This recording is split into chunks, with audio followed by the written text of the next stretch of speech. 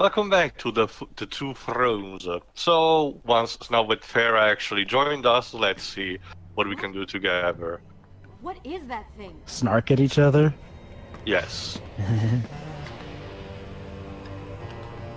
It's the Vizier. And it's ugly as shit. Something terrible. This is what happens when you try to tap into a power source that's bigger than You know, your at times this game feels like it's pretending as though the second one didn't Be happen. happy that he is gone. Oh, You don't never worry, wasted dudes. a Remember. No, they- you're they just about to acknowledge be that the second one contradicted. happened. Just listen, You're Wims. right. Perhaps we should surrender. Or turn away and leave the city. I know a lovely little island just a few weeks' journey. Yeah. I'm sure by the time we return, this will all be sorted.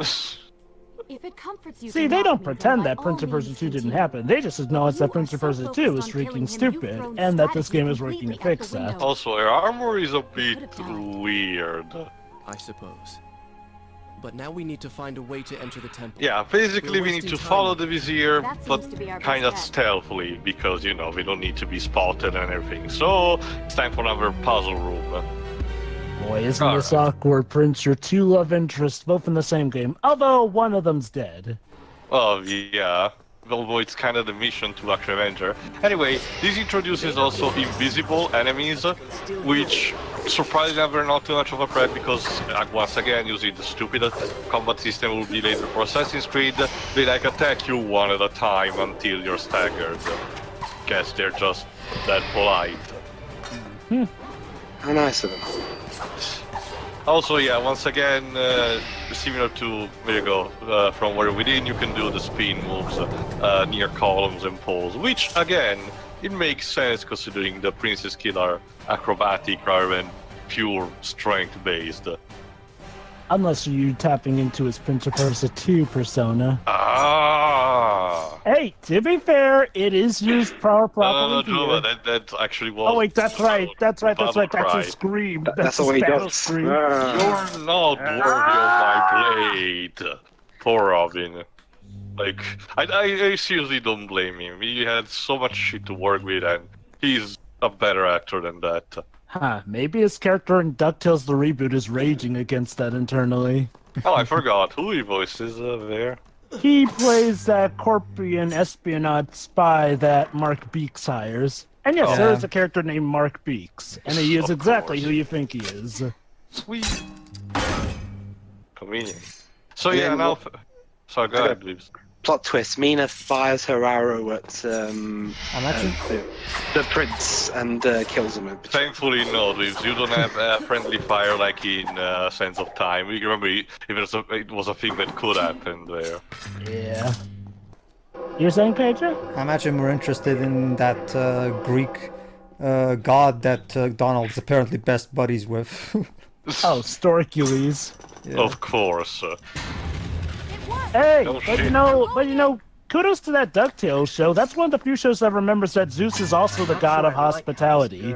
Look it up, he actually is that, in addition to being the god of She has plunder. already True. proved a valuable asset. It's just that his concept of hospitality was being a bit too friendly with the woman on Earth. So, yeah. Well, that's a story for another time. Anyway, again, like I mentioned, Farah will assist you occasionally, but again, you will be separated Then from again, Mare from Ledger, time I to time suppose, I guess I'll for her tap to it. get on her own way, basically. Tap it. Joe, a message for you in the chat. In your... Okay. Anyway, apparently a thing that happened recently... About what Farah He- said hold on. earlier. She has a point. How do you plan to kill the Vizier? He's immortal now. True.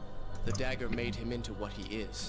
It can unmake him. Also true. I suppose we will know the truth of this soon enough. Alright then. Basically the idea of the prince is to use the dagger of time to undo basically Well, the at, vizier's least, transformation. at least his monologues are not, you know, full of angst. Actually, yeah, again, like I mentioned, the Dark Prince fulfills the role of the angst while being incredibly snarky about it, so to not result too much obnoxious while still being an asshole. Too angsty for me. Alright, here you go, Pedro.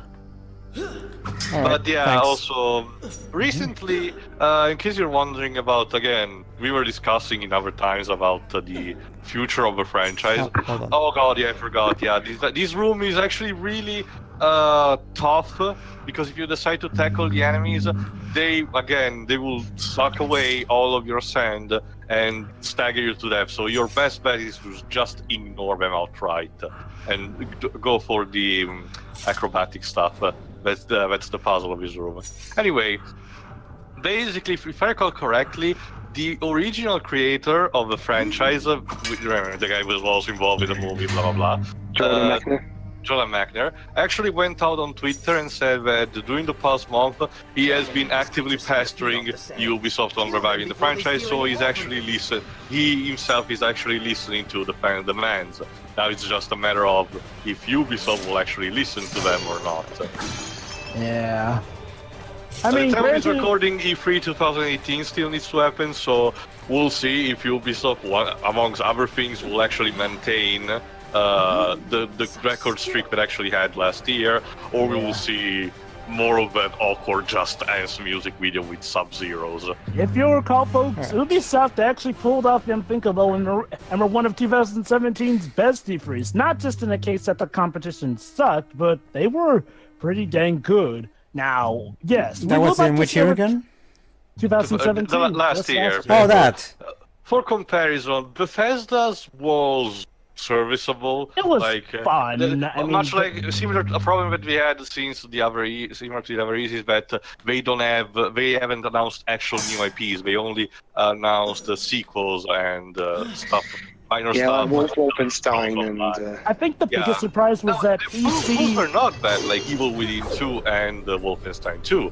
The problem is there was not like a new IP that would have surprised, like other revival, like Quake Champions. Yeah, they seem to be they seem to rely on like their id Software IPs, which is not too bad. Again, they're strengthening what they were having.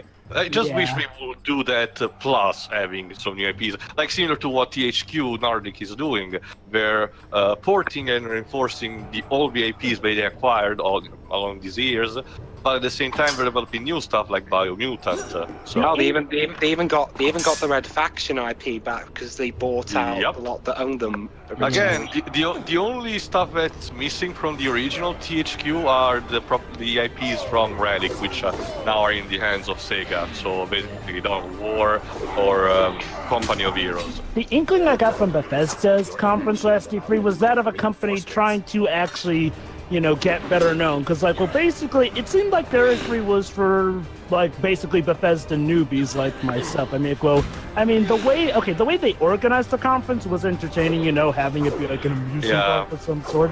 And, it was basically getting a genre thing. So, from what I get an inkling, it was like, it's sort of like the equivalent to Square Enix's E3 of 2015, something to get the usual goers at E3 more familiar with the company and a sign of things to come, hopefully. The only bits of Bethesda I know really are playing what little I have of the original Doom, the 2016 reboot, and Bethesda's reputation of having the fans fix their games. I think the biggest surprise... from the old AD group, you should try definitely the Commander and King games.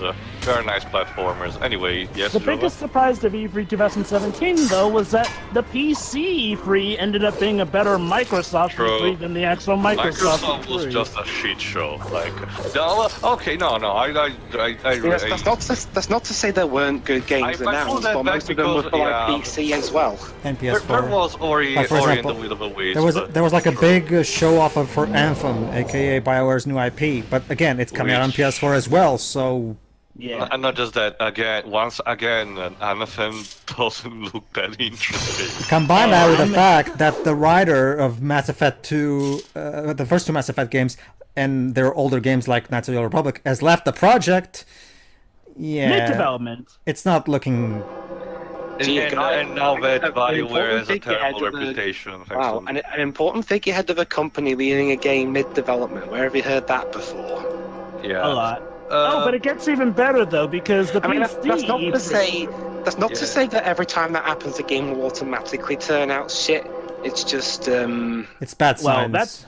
That's not all though. It's like, the PC E3 had actual exclusives, exclusive to PC. Hold on. Such a beautiful building. Yes. Father built these gardens as a symbol of his love for our people.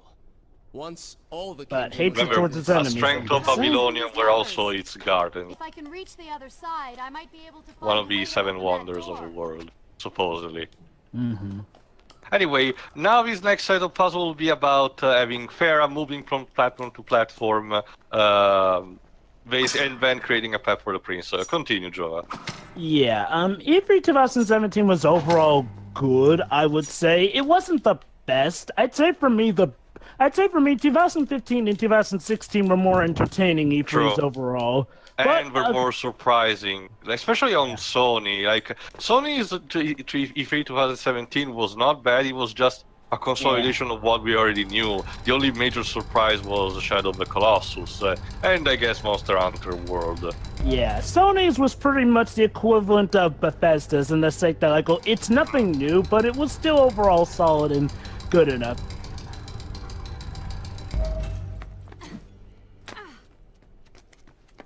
Do you think you could move a little faster? You're more than welcome to come down here and try it yourself. 7 years and still nothing's changed. 7 years? What are you talking about? It's Remember, Farah doesn't remember about the speech. stuff because time There's shenanigans. something very odd about you. She has no idea. Again, I really Cute. wish this game had subtitles. Yeah, I agree. It was a bit weird for only having the second game having subtitles. I me tell checked you- during the options, they're not. making- Especially Yeah. considering this is the HD remaster or port, if you prefer, if they were doing. You'd think they would Well, add they subtitles. We have established at this point that these ports were actually quite bad handled. With my luck, it will That probably was trigger sadly some a trend with a lot of terrible HD trap. ports when it came to the 7th gen, you know, porting stuff to Or bring PS3 or about the Xbox end of the 360. The HD ports more often than not sucked. Except the ones made by Bluepoint. Experience has taught me wishful True, thinking yeah. only leads to Plot I twist, mean- this one was Also, made if by there were Bluepoint. clipping in the cutscenes. I mean, remasters like those were the reason people were wanting more remakes than remasters, because remakes had a better shot of actually being good. Yeah, Yeah. well, we mentioned THQ Nordic earlier. It's interesting. One more interesting thing is that now apparently they're going to be releasing old THQ Nickelodeon games. Supposedly, So yeah, going back to talking about Ubisoft, their past and future. Yeah. So yeah, okay, their E3 for this year needs to keep up the pace that their last year's E3 did. And you know, okay, them actually bringing Prince of Persia back to life, or at least announcing something new Prince of Persia related, would be a good sign, because Prince of Persia was a series that got unfairly canned in the sense that it didn't even really end on a failure of sales. It just ended because Assassin's Creed absorbed that it. is that the reboot did really a number on the franchise reputation, and Forgotten Sands did not manage to bring back the crowd that the franchise used to have. And with Assassin's Creed Rising, obviously Ubisoft made the choice of preferring that to this. So But why- I say that the time is decent now for a revival. And then secondly, they gotta keep up the steam with Beyond Good and Evil too. Like, I Oh, mean, yeah, right. they cannot afford to go all Last Guardian on us with that. Like, okay, the only reason Sony was able to do that is, well, actually, to be fair, people were losing faith on Last Guardian with how long it Yeah. took to get announced. I mean, granted, the result is good, but Ubisoft are not in a case where they can afford to, you know, not mention Beyond Good and Evil 2. Like you yourself demonstrated that example, Joe. There's one thing the last Guardian taught me is that you cannot rush genius. You did it. Oh, I get that. What I mean is, like, well, they should at least talk about Beyond Good and Evil 2, or at least reassure folks that it's still out there. Like, well, you know, that It's was sort of... coming out. Actually, Jova, they just released a couple of days ago, I think, a newsletter on the progress. Kane. Basically, though, I mean, remember, Paige, like, well, even you were thinking Last Guardian wasn't going to happen before Sony E3 2015. Well, it's not so much. It's not so much that I think it wouldn't happen. It's just that at this point, I was just playing the witting game, basically. Well, I mean, Pedro, the funny thing is, like, well, you had Lord. the doubts People of... hurt Oh, inside. hello. We should help them. Now is not Those the time. invisible people need our help. All you want later. Go, Farah. Tend to the wounded. I will catch up with you once I've Yes, dealt the with vizier. wounded. But what if Basically, they're the dark. dead? If they're dead by the time you get there, they won't necessarily be wounded. Basically, since the Dark Prince is angsty and shit, he doesn't want the prince to stay behind and helping his people because he thinks it will just be a waste of time. But Farah, on the other hand, instead wants him to help. Because you're bury your people and shit. Come on, man. So basically, there's gonna be kind of a fracture pointed on. Forgive me, my people. I must parkour my way there. It's stylish. For the prince intended to confront his enemy and perhaps utilize the powerful warriors. I get the feeling the warrior narration, within. the narrations mostly replace the music in the first and third game. Descending into the depths, his thoughts kept returning. Descending. That's why he's going up. He wondered if she I said descending, not ascending, you idiot. What is this? What is this? The Stanley Parable?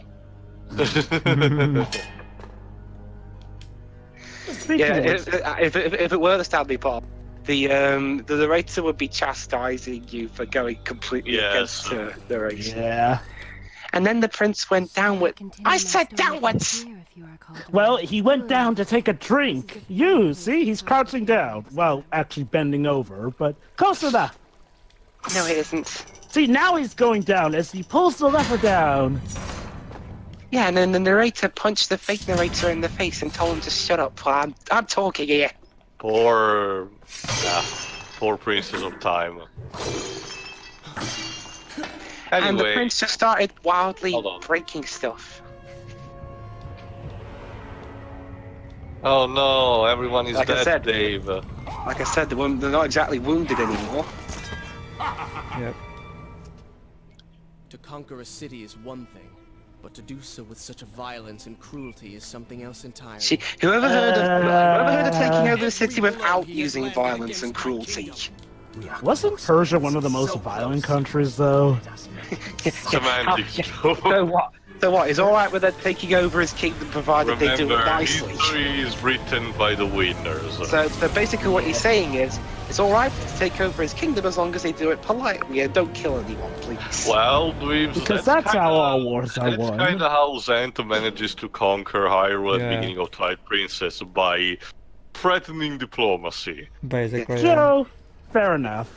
Give me your kingdom or I'll raise your taxes. To be fair, though, Xanth did the smart thing, though, and went for political espionage. Which tends to work with a city like Hyrule, especially when they get their princess kidnapped.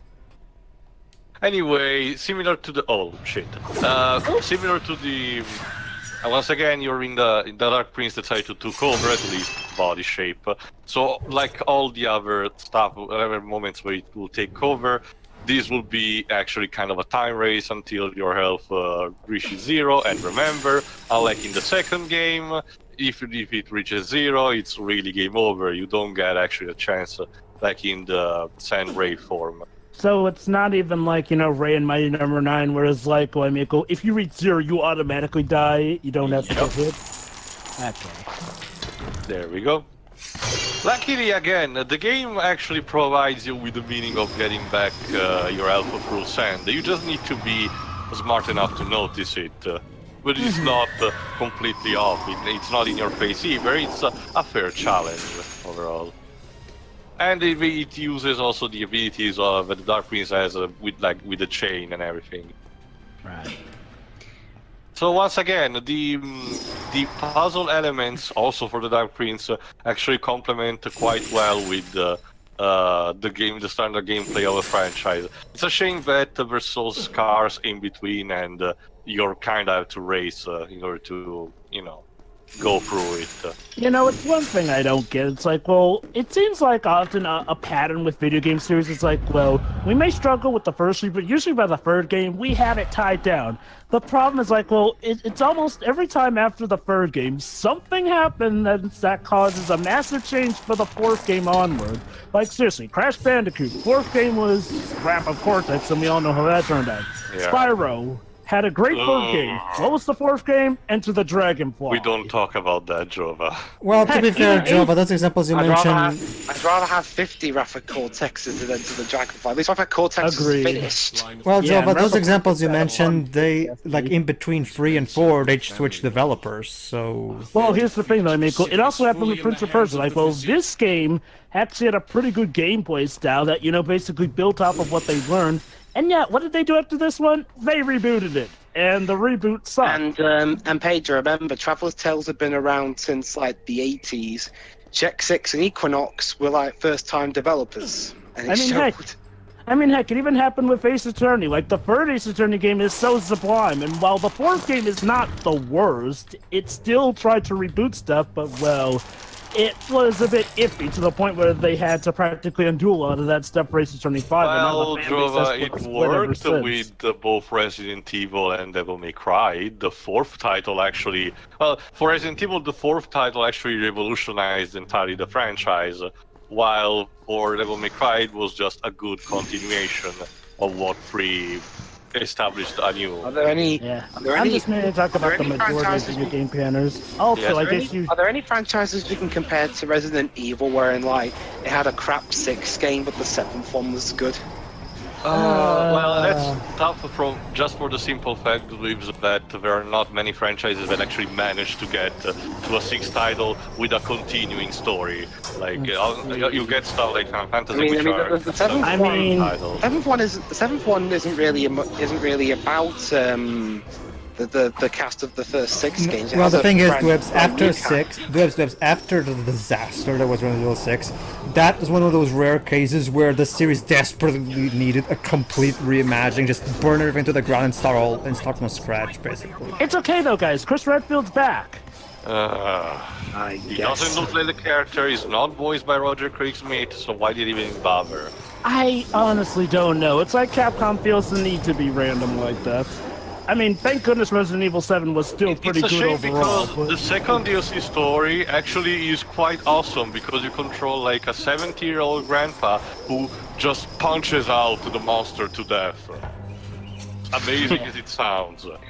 And 7 was interesting is that it was written by a Westerner. But hey, The other games in the franchise That makes it. were entirely Japanese made. The 7th one was written by a Western guy. yeah. That makes a lot of sense. Oh shit, he's gone. That makes a lot of sense because the script of Resident Evil 6 feels so much like a Western horror movie.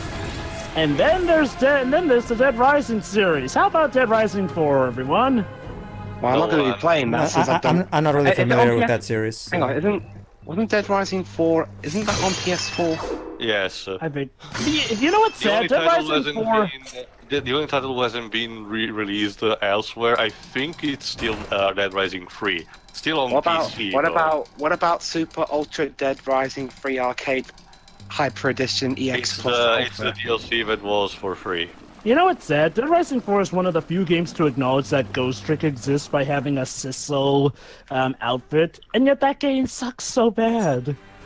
It's a shame because again, well, it's mostly the thing, Joe. I don't understand how that franchise still decided to go because the first was a decent experiment, also to showcase the power of the Xbox 360 by having so many things on screen at the same time. The second But, one was fine enough. Yeah, well, that's the thing. It was just a bit more of the same with not too much into it. Yes, you had the combining tools, weapons like the paddle saw, but that was pretty much it. It was pretty much all of the same.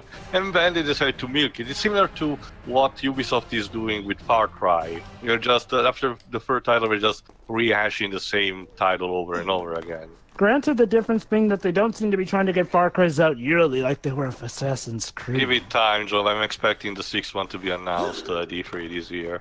Well, I'm just hoping that Ubisoft to keep on their track of getting better. Speaking of which, speculations for E3 this year. I speculate we'll get some news of the new Assassin's Creed Obviously, game. the obligatory Just Dance sequence. I hope it would be extravagant like last year.